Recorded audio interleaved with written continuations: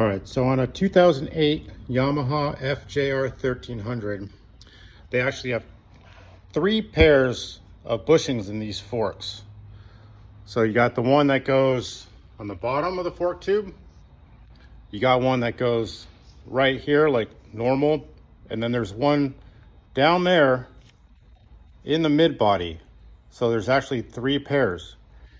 To get that mid one in there requires a special tool from Yamaha. I didn't have that at my disposal, so I went down to CarQuest. I found this exhaust tailpipe that was the exact perfect size diameter to get that fork seal or fork bushing driven down in there. So that part number 17623, made by Built, and I got it at CarQuest for $9. I'll show you how that works. So put the fork tube on, first bushing,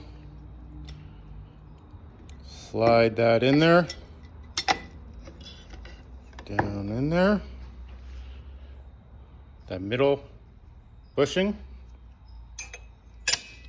and you can see it goes way down in there. And how the heck do you get that down in there? Well, this tube is the perfect diameter. It barely slides over and it clears inside. And you just tap that guy in there as many times as you need to. And then you can proceed to assemble the rest of the fork.